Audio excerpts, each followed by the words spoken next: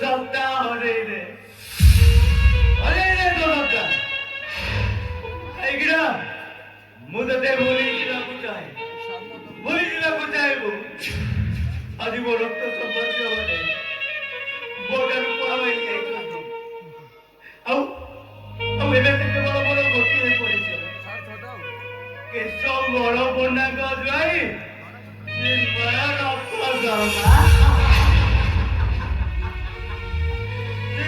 ରକ୍ତ ଶର୍ମା ଆଉ ଏମାନଙ୍କୁ ଛାଡ଼ିଦେବେ ମୋର କାହା ସହିତ କିଛି ବି ସମ୍ପର୍କ ନାହିଁ ମୋର କିଛି ବି ସମ୍ପର୍କ ନାହିଁ। କେତେ ଦିନ ନିଜର ଆଉ ଏମିତି ରକ୍ତ ସମ୍ପର୍କକୁ ଭାଙ୍ଗି ଚାଲିଥିବ?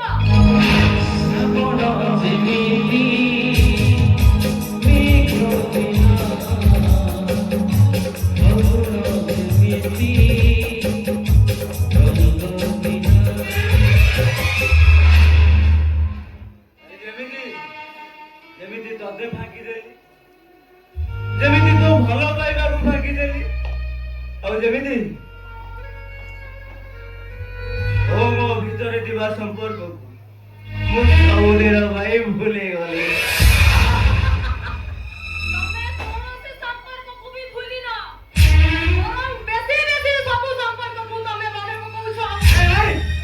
ସବୁ କିଛି ଭୁଲି ସାରିଛି ମୁଁ ସବୁ କିଛି। ତମେ ମୋ ପ୍ରେମକୁ ଭାଙ୍ଗିଦେଲ ତମେ ତମ ଭାଇ ଭାଉଜଙ୍କର ସ୍ନେହ ମମତାକୁ ବି ଭାଙ୍ଗିଦେଲ ତମେ କଣ ଦେବୀକୁ ବି ଠକିଦେବ? କଣ କରିବୁ? ଦେବୀ କଣ ନ୍ୟାୟ ପାଇବନି? ନ୍ୟାୟ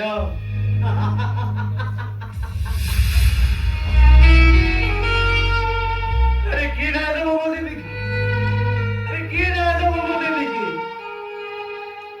बाबू दिल्ली थाना कोर्ट कचहरी की अब आईआईसी देवीर एफआईआर कॉपी फाइल तले चापी देला। अरे कोर्ट मागुची साक्षी अब मु असहाय निरुपाय अभिमन्यु परी केवल ए चक्रव्यूह भितरे फसी जाए बाहरिया बाट पाउनी साक्षी नाय प्रमाण नाय विचार भी नाय मोर भी किसी करवार नाय।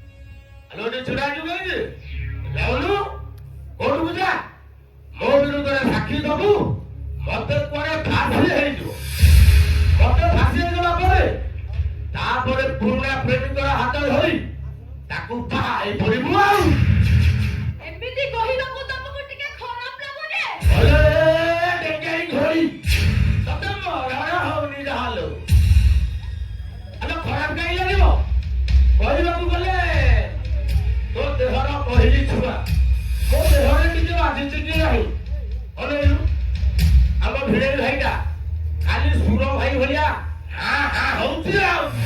ଆବେ ଆବେ ପ୍ରଥମେ କଥା କହିବା ଶିଖ। ଆଉ ଶୁଣ, କରିଥିବା ପାପକୁ ଜମା ବି ଢାଙ୍କି ଦେବାକୁ ଚେଷ୍ଟା କର। କଣ ଅଛି ଭାଇ? କଣ ତତେ ଆଉ କହିବି ଲୋ? ଏଇ ତ ହଁ? ଆମେ ଦି ଜଣ ଯାକ ମିଶିକି ଆମକୁ ଜଳନ୍ତା ଜୁଇରେ ଜାଳିଦବା ପାଇଁ ପ୍ଲାନ କରିଛନ୍ତି।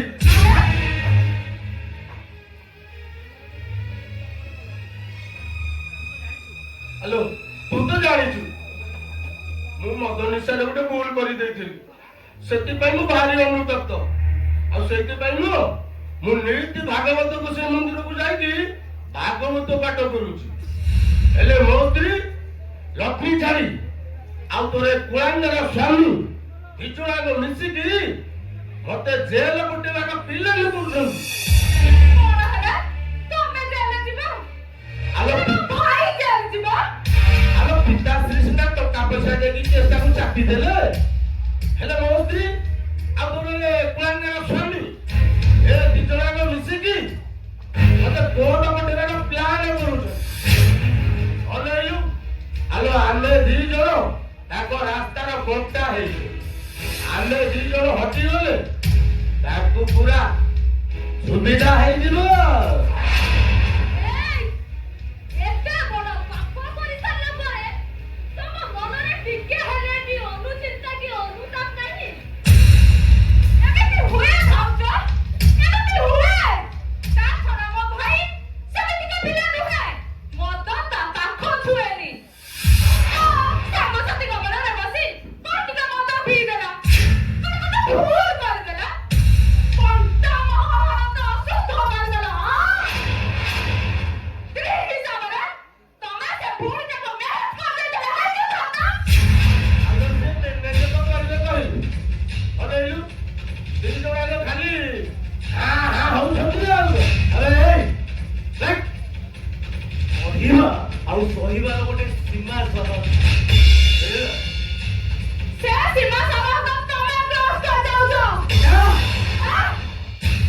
ନିଜ ଝିଆରୀକୁ ନ୍ୟାୟ ଦେବା ପାଇଁ ତମେ ଯେତିକି ପାଗଳ ହେଇପଡୁନ, ନିଜ ପ୍ରେମିକାକୁ ପାଇବା ପାଇଁ ତାଠାରୁ ବେଶୀ ପାଗଳ ହେଇଯାଉଛ। କଣ କି ଅଟ? କଣ କି ଅଟ? ଝିଆରୀଟା ମାରିଗଲା, ତା ଦୁନିଆଟା ଭାସିଗଲା।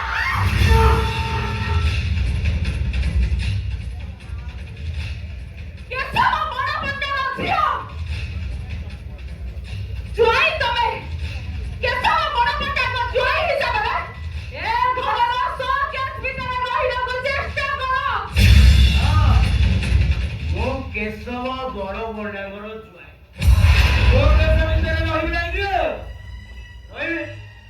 ତୋ କେଶ ଭିତରେ ହିଁ ରହିବି। ହଁ, ଯିଏ ଗଲା ସିଏ ଗଲା। ତମେ ସେଥିରେ ମୁଣ୍ଡ ଖେଳେଇ ପାରିବନି। ଏଇ, ଆସ, ଆସ ନା।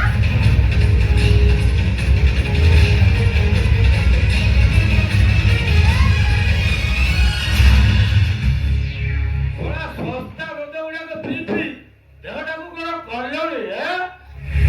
ଗୀତା, ଆରେ ତମେ ବି ଶୁଣି ରଖ। ଏକାକି ଲଢିବାର ସାହସ ଏ ମୀରାର ଅଛି। ଦେବୀକୁ ମୁଁ ନିହାରକେ।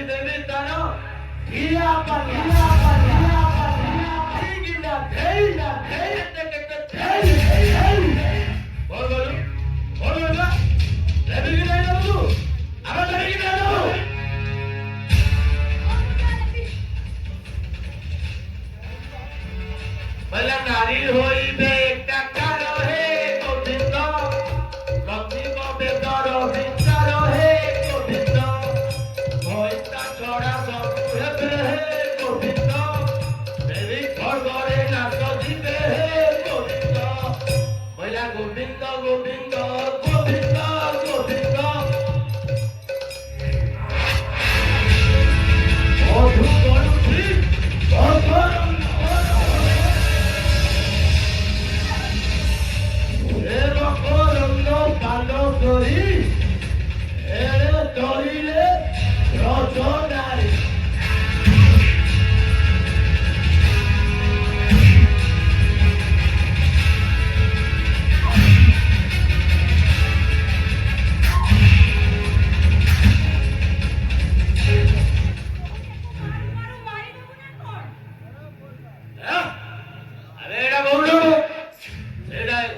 ଗୋଟେ ହୁଳ କଳଙ୍କିନି ଦରିଦ୍ରହୀନ ବେଶ୍ୟା।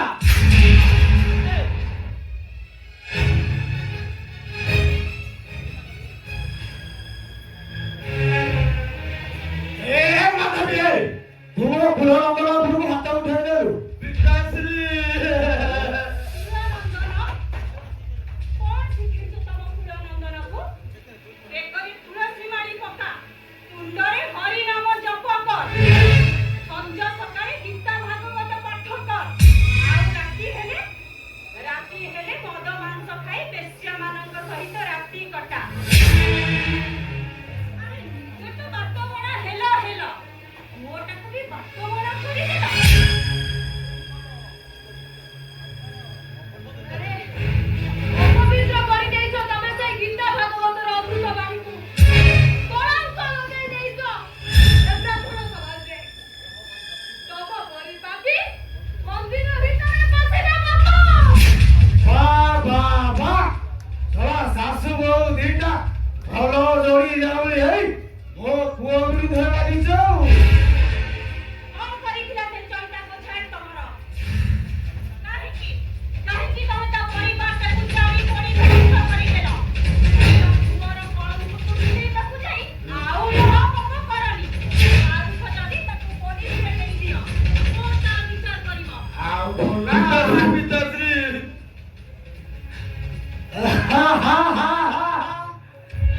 ଏ ମାଧବୀ ଲତା, ଆଲୋ 30 ବର୍ଷ ହେଲା ବାହା ହେଇ ଆଇଲୁଣି। ମୁଁ କଣ ଜାଣିନୁ ଏ କେଶବ ବଳକଣ୍ଡାର ଭିତର କୋଉଠି ହୁଏ? ଆଲୋ ତା ନାଁ ମୋ ଦାଣ୍ଡକୁ ଆସେ, ବିଚାର ମୋ ଘରେ ହୁଏ। ଆଉ ଭିତା ଓ ନିଜେ ଘରେ। ଆଲୋ ହାଣିଛି ଶହେଟା ହାଣିଛି। ମୋ ଦେହରେ ରୁମ ଯେତିକି ସେତିକି ଝିଅ ବୋହୂଙ୍କୁ ଗଣ ଦୁଷ୍କର୍ମ କରିଛି। ଆଲୋ କେତେ ଥର ଜେଲ ଯାଇଛି, ଆଲୋ କେତେ ଥର ଫାଶୀ ପାଇଛି। ଆଲୋ ଜେଲ ଯାଇନି କି ଫାଶୀ ପାଇନି କି ଥାନା କୋର୍ଟ କଚେରୀ କୋଉଠି ଦେଖିନି। ମୋ ପୁଅଟା ମଦ ନିଶାରେ କଣ ଗୋଟେ ଭୁଲ କରିଦେଲା। ତମେ ଶାଶୁ ବୋହୂ ଦିଟା ଏ ଘରେ ଗୋଟେ ମହାଭାରତ ଆରମ୍ଭ କରିଛ।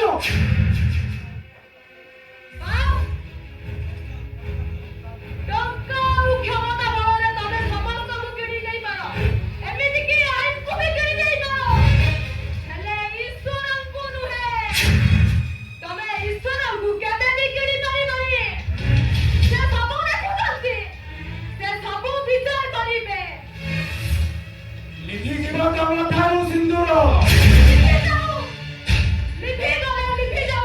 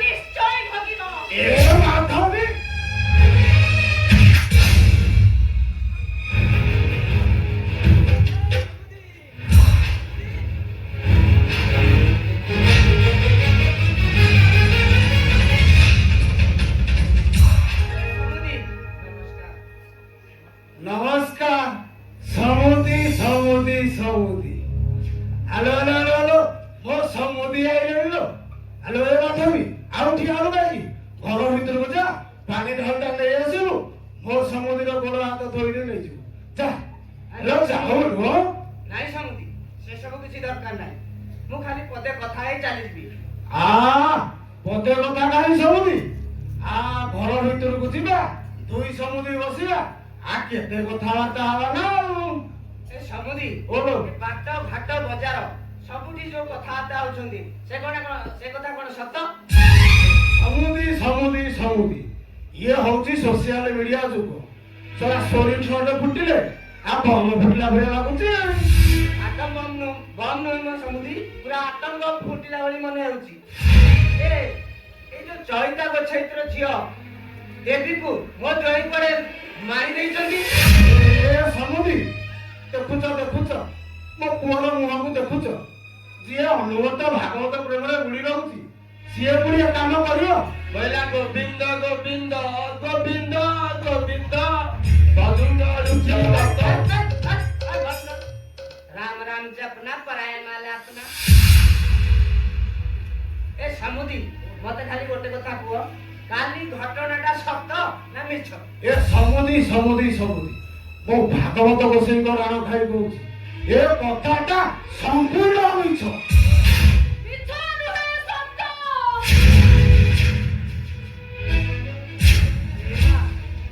ଏମିରା ଆରେ ତୁ ମଥାରେ ସିନ୍ଦୁର ନାହିଁ ତୋ ହାତରେ କଣ ହେଇଛି ତୋର? ବାପା କଣ ବା କହିବି ବାପା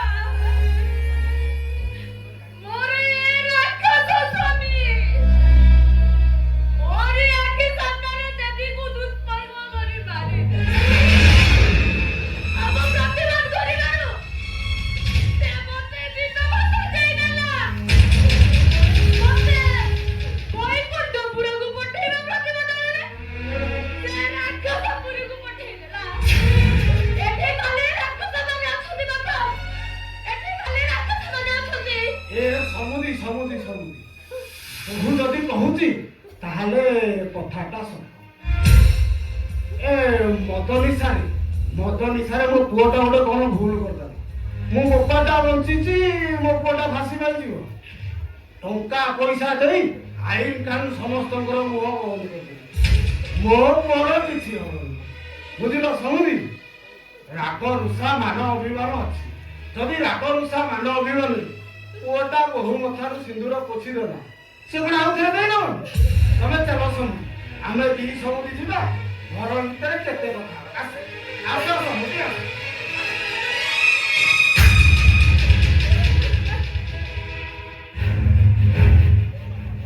ଯୋଉ ବାପ ପୁଅର କୁକର୍ମକୁ ଲୁଚାଏ ସେଇଟା ବାପ ନୁହେଁ ଗୋଟେ ସନ୍ତାନ। ଏ ସମୁଦି କି ଶିକ୍ଷା ଦେଇଛ ତମ ଏ ପୁଅକୁ କି ସଂସ୍କାର ଦେଇଛ? ମଦ ବୋତଲ ତା ହାତରେ ଧରି ଦେଇଛ ଝିଅମାନଙ୍କୁ ଦୁଷ୍କର୍ମ କରୁଛି ଏଇ ଶିକ୍ଷା ଦେଇଛ ଏଇ ସଂସ୍କାର ଛି ଛି ଛି ତମ ବାପ ପଡ଼ିବାକୁ ଛି। ଏ ସମୁଦି ତମ ଝିଅର ଭବିଷ୍ୟତ କଥା ଚିନ୍ତା କର। ମୋ ଝିଅକୁ ମୁଁ ଶିକ୍ଷା ଦେଇଛି ସଂସ୍କାର ଦେଇଛି ଅନ୍ୟାୟ ବିରୁଦ୍ଧରେ ସ୍ୱର ଉତ୍ତୋଳନ କରିବା ପାଇଁ ଅଜସ୍ର ସାହସ ଦେଇଛି। ତା ସ୍ୱାମୀକୁ ସେ କୋର୍ଟରେ ଯାଇ ସାକ୍ଷୀ ଦେବ ଯେ ଦେବୀକୁ ସେ ମର୍ଡର କରିଛି। ଆଉ ଏ ସମାଜକୁ ବୁଝେଇ ଦେବ ଏ ନାରୀ ସମାଜ ଏଇଭଳି ସ୍ୱାମୀ ନାହିଁ ତମେ ମାନେ ବିଧବା ହେଇଯିବା ଦରକାର। ଏଇ ଚାଲ ଖାନାକୁ ଚାଲ। ଏ ସମୁଦି ଏ ତୁ ସାହାଯ୍ୟ କର ନା ମୋ ଆଇନ କାନୁନକୁ କିଣିବାକୁ ମତେ ବେଶୀ ସମୟ ଲାଗିବନି।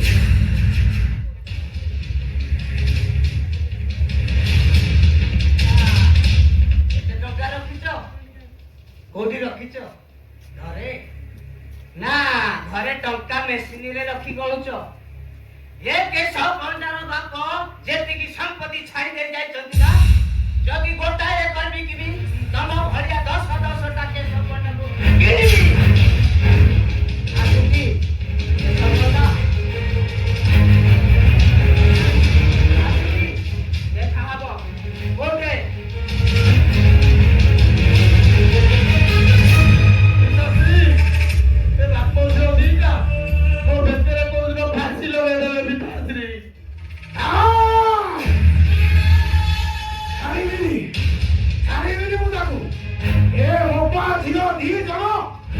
ସ୍ୱାମୀକୁ ଧରିବା ପାଇଁ କେତେ ବାଟ ଯିବେ ସେ କଥା ମୁଁ ଦେଖିବି।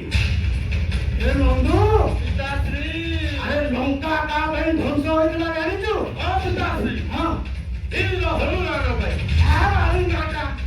ଶଳା ବିଭୀଷଣ ପାଇଁ। ପିତାଶ୍ରୀ ହଁ, ତାହେଲେ ଆମ ଘରେ ବିଭୀଷଣ କିଏ? ତୋର ଏଇ ସାମନ୍ତ ମା।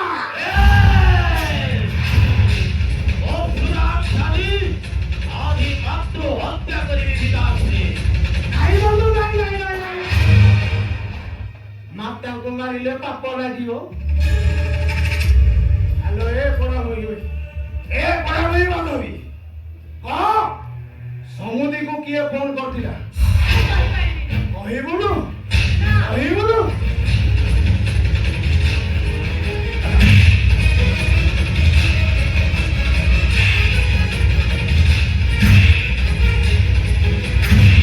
ପିତାଶ୍ରୀ ପିତାଶ୍ରୀ ରହିଯାନ୍ତୁ ପିତାଶ୍ରୀ। ମାତେ ମରିଯିବେ ପିତାଶ୍ରୀ ଆଉ ବାଡ଼ାନ୍ତୁନି। ଏ ଶୁଣ, ଆମେ ବୋପା ପୁଅ ଦି ଜଣ ଏମିତି ମଦ ମାଂସରେ ବୁଡ଼ି ରହିବୁ, ବଡ଼ ନାରୀ ହାରିବୁ। ହେଲା, ଭୋଜିଟା ଆସୁଛି। ପିତାଶ୍ରୀ ବୋଲ। ଦଣ୍ଡନାରାୟଣ ଭାଗବତ କହିଲା। ଆରେ ଧରି ବାବା କଣ କହିଲା? କହିଲା ସଂସାରେ ଥିବୁ ଯେତେ ଦିନ ହେ ଗୋବିନ୍ଦ, ଭୋଗିବୁ କାଲି ନିର୍ଯାତନ ହେ ଗୋବିନ୍ଦ, ନିଜ ସ୍ତ୍ରୀକୁ ଦବୁ କରି ହେ ଗୋବିନ୍ଦ, ପର ସ୍ତ୍ରୀକୁ କୋଳେ ଧରି ହେ ଗୋବିନ୍ଦ। କହିଲା ଗୋବିନ୍ଦ ଗୋବିନ୍ଦ ଗୋବିନ୍ଦ ଗୋବିନ୍ଦ, ମନୁ ମରୁଥିବ ଗୋବିନ୍ଦ ଗୋବିନ୍ଦ। ହରି ବୋଲ।